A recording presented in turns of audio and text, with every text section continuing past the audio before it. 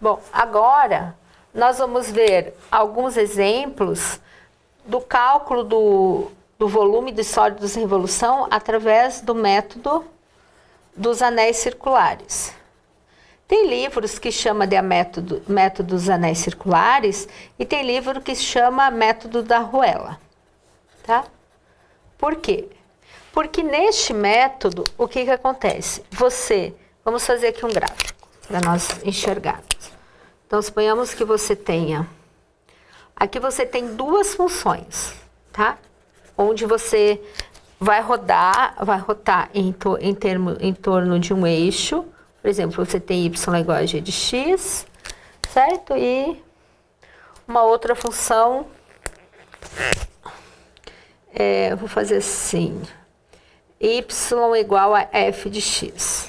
E você quer rotar essa região em torno do eixo x, num determinado intervalo, certo? Vamos fazer assim, de A até B, que a gente está acostumado, certo? Eu vou rodar essa região aqui. Então, quando eu roto essa região, é a mesma, e eu obtenho um sólido de revolução, só que é um sólido oco, tá bem? Então, a gente pode deixar essa região até aqui também, tanto faz, né? Então, quando você rota isso, você tem uma superfície que é oca no meio, tá certo? Então, para calcular o volume deste sólido que é oco, você pode pensar no volume do todo, que é o volume dessa curva g de x aqui. Como que eu calcularia o volume do g de x? Π, integral de a até b da função g, né? Da função g ao quadrado dx. Então, eu calcularia todo esse, tá certo? Até o eixo do x. Mas, como isso aqui fica oco, eu posso tirar o volume desta região aqui, que é definido pela função f de x. Então, eu faço menos π, integral de a até b da função f de x ao quadrado dx. Que nos livros, né, no livro de vocês e em todos os outros de cálculo, isso está escrito assim. É a função g ao quadrado menos a função f ao quadrado dx.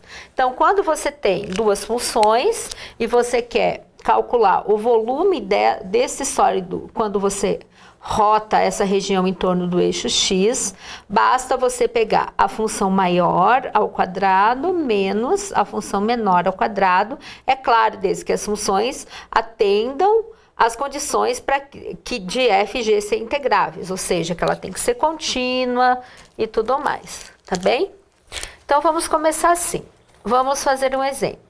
A gente quer encontrar o volume do sólido de revolução da região limitada pelas curvas y igual a x e y igual a x ao quadrado em torno do eixo x, ok?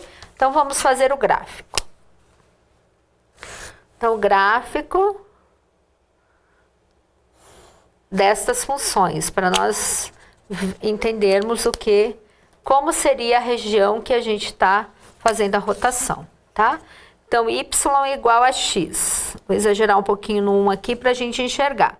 Quando o x é 1, o y é 1, certo? Quando o x é 2, y é 4.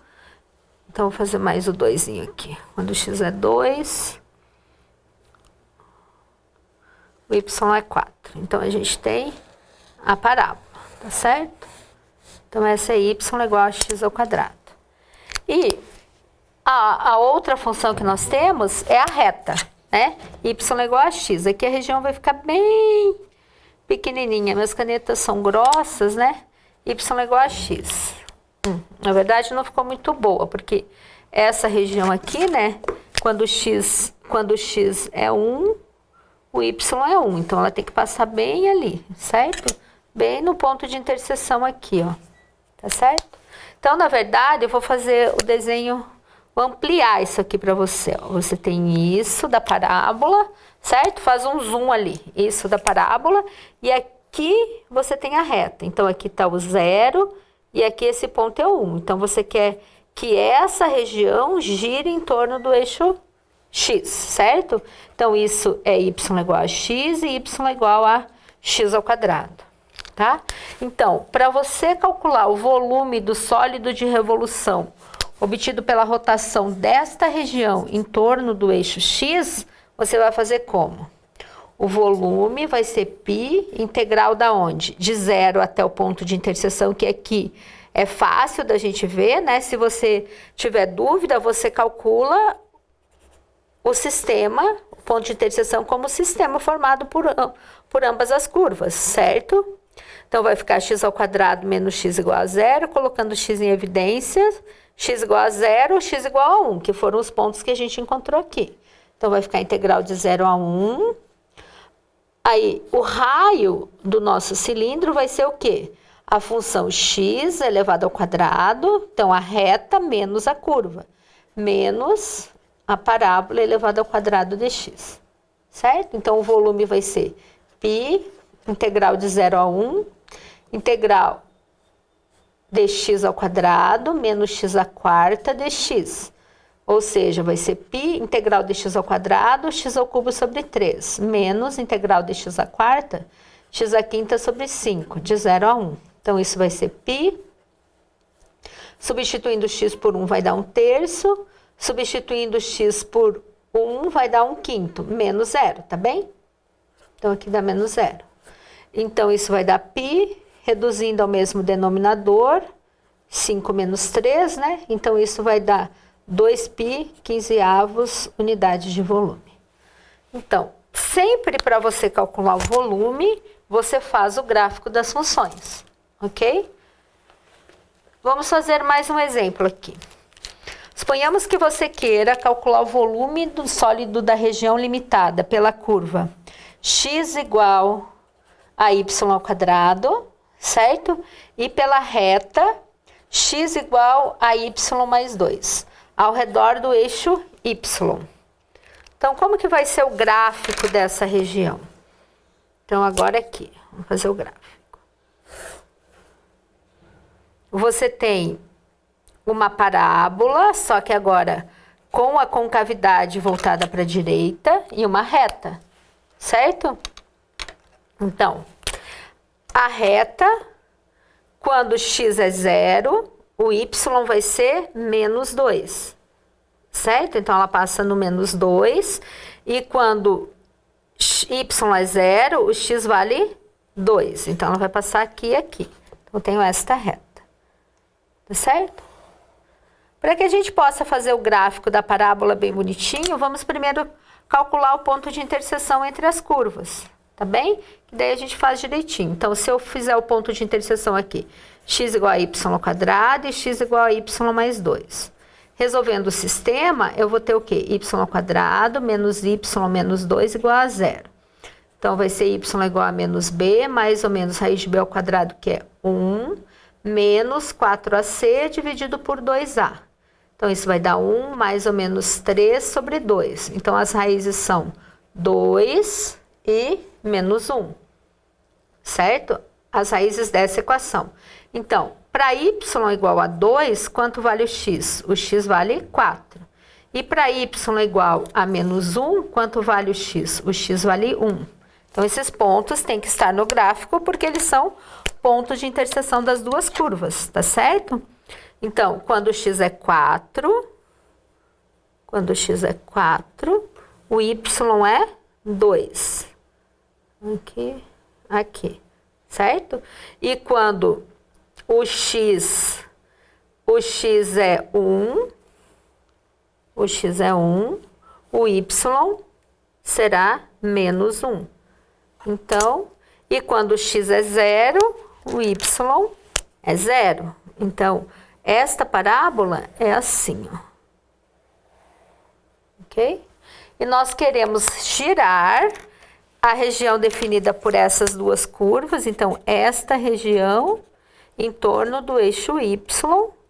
E a gente quer o volume deste sólido de revolução. Tá certo? Não esquecendo que essa reta é x igual a y mais 2 e que a parábola é x igual a y². Então, se nós fizermos o elemento de volume aqui, certo? O volume dessa região vai ser o quê? Π, integral da onde? De menos 1 no y, certo? Até y igual a 2. Então, de menos 1 a 2, na integral de quem? Como é a altura disso? Como que é o raio desse disquinho? É a reta elevado ao quadrado menos quem? Menos a parábola. Então, é y ao quadrado de y. Certo? Então, o volume vai ser π. Separar isso assim, né? Para que eu não precise abrir essa integral. Menos π, integral de menos 1 a 2, de y à quarta de y. Tá? Então, para resolver essa integral, a gente faz uma substituição de variável. U igual a y mais 2, du é dy. Então, a integral de y mais 2 ao quadrado de y é integral de u ao quadrado de u. Aqui é y, certo? Então, isso é o cubo sobre 3, que é y mais 2 elevado ao cubo sobre 3, certo? E a outra integral é normal. Então, voltando lá no volume, nós vamos ter π, essa integral, então, que deu y mais 2 elevado ao cubo sobre 3, de menos 1 a 2, menos π, integral de y à quarta, y à quinta sobre 5, de menos 1 até 2. Bom, para chegarmos na solução, basta fazermos essas continhas, certo? Basta substituir os valores. Então, isso aqui vai dar π. Quando eu substituo y por 2, vai dar 4 ao cubo sobre 3, menos, quando eu substituo y por menos 1, vai dar 1 ao cubo sobre 3, certo? Então, aqui já foi substituído, menos π. Quando eu substituo y por 2, vai dar 2 à quinta, né, que é 32, dividido por 5, menos da fórmula, menos 1 elevado à quinta, que é menos 1, então aqui vai ficar mais, certo? 1 quinto. Tá certo? Então, fazendo essas continhas, 4 ao cubo é 64, né? Então, fica 64, menos 1 ao cubo, colocando isso aqui, menos 32 quintos, menos 1 quinto, certo? Então, isso vai dar π 63 terços menos 33 quintos. E que se você fizer as continhas, né, você reduz ao mesmo denominador, vai dar 315 menos 99, π, que vai dar 216 sobre 15, π, ou se você dividir, né, são divisíveis por 3, então 72 quintos de π unidades de volume.